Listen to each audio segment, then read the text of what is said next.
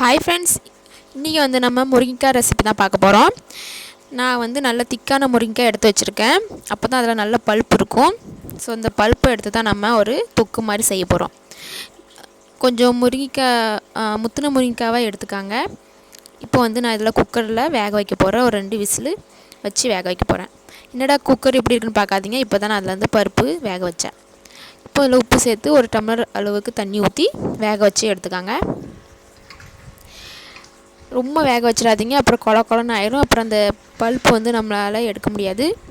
இப்போ இதை வந்து ஒரு பிளேட்டில் மாற்றிடலாம். ஸோ இதில் இருக்க தண்ணியை நீங்கள் வந்து சூப் மாதிரி குடிச்சிக்கலாம். அப்புறம் ஏதாட்டும் ஒரு குழம்பு வச்சிங்கன்னா அதுலேயும் நீங்கள் ஊற்றிக்கலாம், நல்லாயிருக்கும். இப்போ நீங்கள் இதை கீழே ஒரு பிளேட் இல்லாட்ட எதுவும் ஆனியன் கட் பண்ணுற போர்டு வச்சு ஒரு ஷார்ப்பான ஸ்பூன் எடுத்துக்காங்க, இல்லை கத்தி வச்சு எடுத்துடலாம். சூப்பராக அந்த மாதிரி வந்துடும். நீங்கள் ரொம்ப வேக வச்சிங்கன்னா நல்லா கொல கொலன்னு ஆயிரும், அப்புறம் எடுக்க முடியாது. இப்போ நான் உங்களுக்கு எல்லாம் மொத்தமாக எடுத்து காமிச்சிருந்தேன்.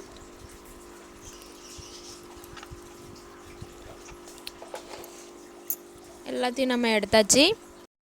இப்போ நீங்கள் ஒரு கடாயில் எண்ணெய் ஊற்றி கடுகு சீரகம் சேர்த்து, நான் வந்து ஒரு கடலைப்பருப்பு 1/2 மணி நேரத்துக்கு முன்னாடி ஊற வச்சுருந்தேன். அதையும் சேர்த்து கருவேப்பிலை, மிளகாய் எல்லாத்தையும் சேர்த்து வதக்கி எடுத்துக்காங்க. இப்போது இதில் வந்து நான் தக்காளி சேர்க்க போகிறேன். உங்களுக்கு வேணால் நீங்கள் வெங்காயம் சேர்த்துக்கலாம். தக்காளி சேர்த்து நல்லா வதக்கி எடுத்துக்காங்க. இப்போ இதில் உப்பு சேர்த்துக்காங்க, காயப்பொடி சேர்த்துக்காங்க. இப்போ இதில் மஞ்சத்தூள் சேர்த்துக்கலாம், மிளகாய்த்தூள், அப்புறம் புளிக்குழம்பு பொடி அதுவும் சேர்த்துக்கலாம்.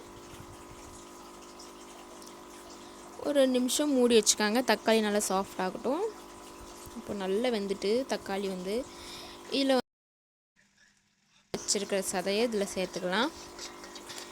சேர்த்து நல்லா கிண்டி விடுங்க. நல்லா எல்லா மசாலா கூட மிக்ஸ் ஆகணும்.